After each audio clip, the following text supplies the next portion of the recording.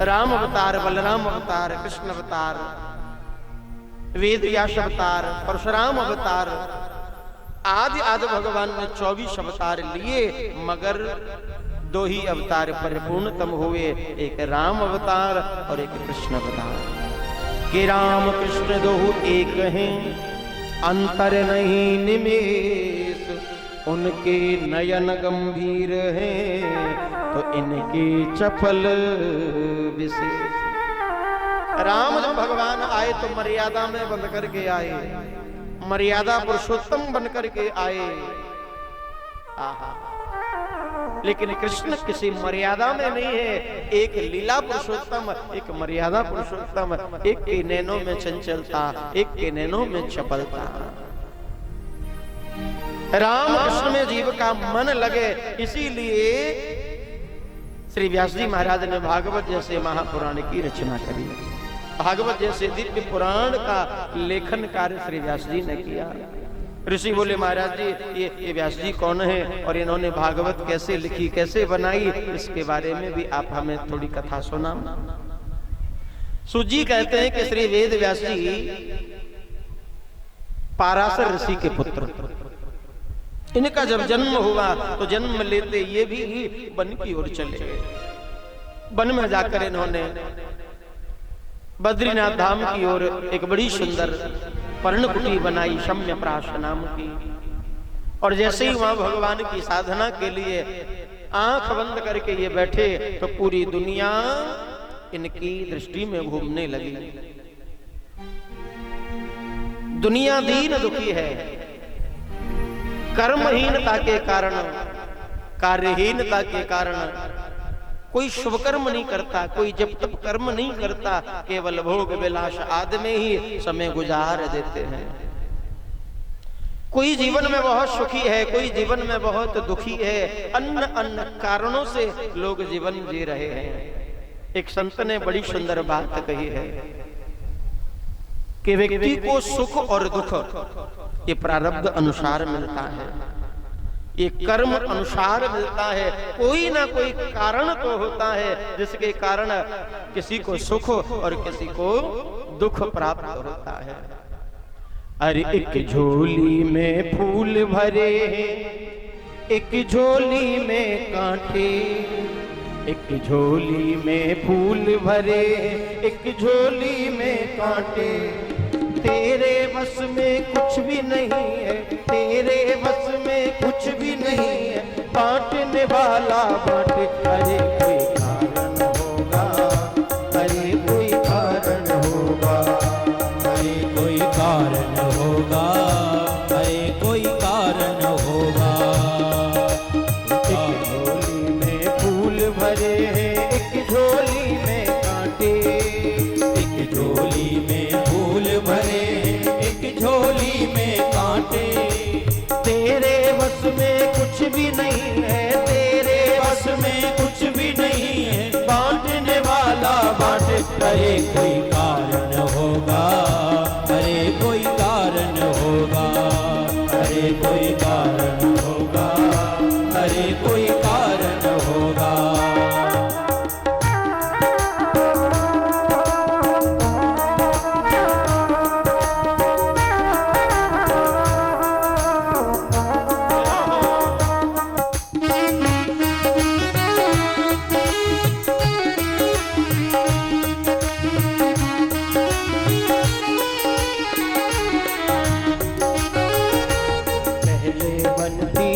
तकदीरें फिर बनते हैं शरीर, पहले बनती है तकदीरें फिर बनते हैं शरीर। अरे पहले बनती है तकदीरें फिर बनते हैं शरीर, पहले बनती है तकदीरें फिर बनते हैं शरीर।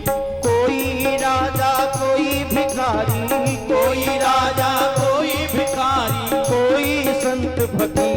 अरे कोई कारण होगा, अरे कोई कारण होगा, अरे कोई कारण होगा, अरे कोई कारण होगा।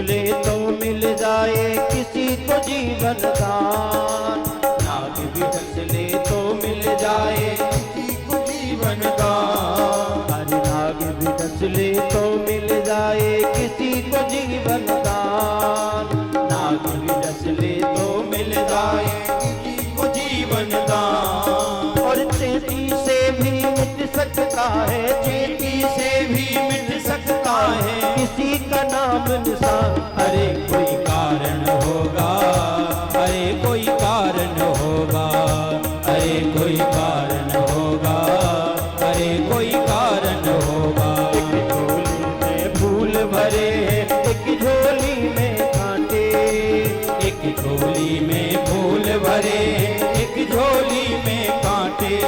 और तेरे बस में कुछ भी नहीं है, तेरे बस में कुछ भी नहीं है, बांटने वाला बांटे। अरे कोई कारण होगा, अरे कोई कारण होगा, अरे कोई कारण होगा, अरे कोई कारण होगा।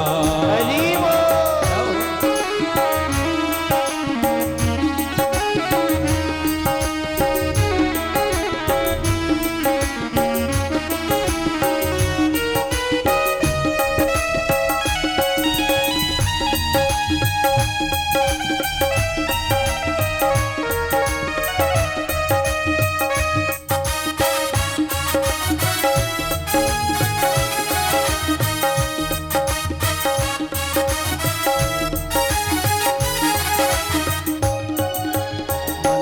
मस्जिद में जाकर के कोई लगाए ध्यान, मंदिर मस्जिद में जाकर के कोई लगाए ध्यान। हरि मंदिर मस्जिद में जाकर के कोई लगाए ध्यान, मंदिर मस्जिद में जाकर के कोई लगाए ध्यान। मिट्टी से मोती मिल जाए, मिट्टी से मोती मिल जाए, पत्थर से भगवान। अरे कोई कारण होगा, अरे कोई कारण होगा, अरे कोई कारण होगा, अरे कोई कारण होगा। एक झोली में फूल भरे हैं, एक झोली में कांटे, एक झोली में फूल भरे, एक झोली में कांटे।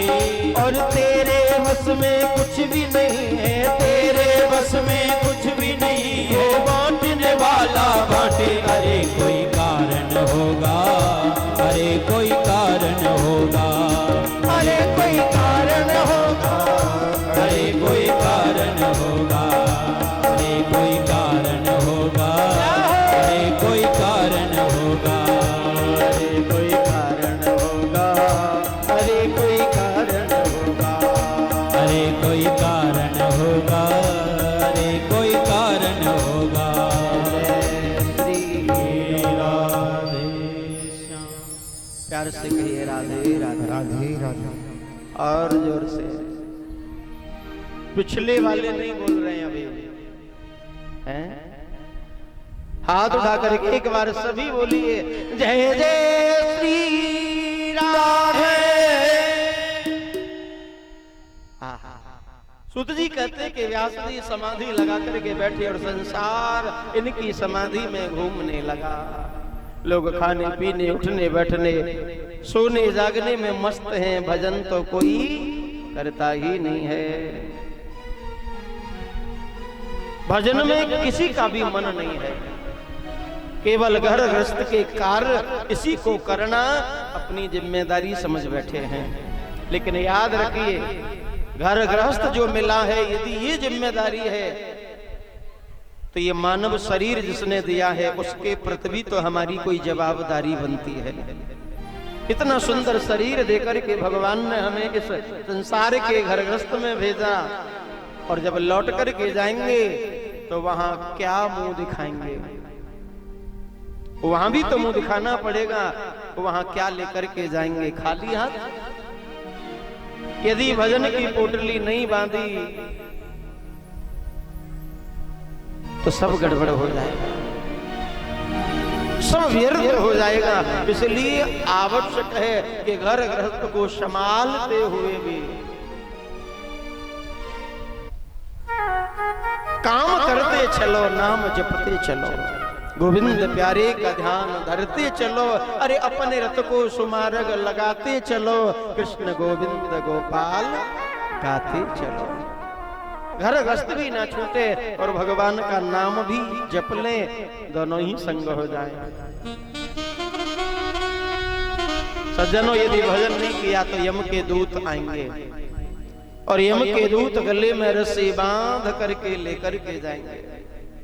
पौषी माताएं यहाँ बैठी हैं, प्रातः काल से जगते ही चूल्हा चौका है, घर को साफ करना, रोटी बनाना, भोजन बनाना, गाय भैंस की करना, सफाई करना, ये सब करना। भजन यदि नहीं किया तो ये सब करना बेकार है। क्या ये सब करने के लिए संसार में आए हैं? इसी के लिए हम मानव बने, चूल्हा चौका घर गृहस्थ संभालना। अरे अपना पेट तो साहब पशु पक्षी भी पालते हैं, कुत्ते बिल्ली भी पेट भर कर ही सोते हैं, और हम केवल पेट भरने के लिए ही काम करें तो हम में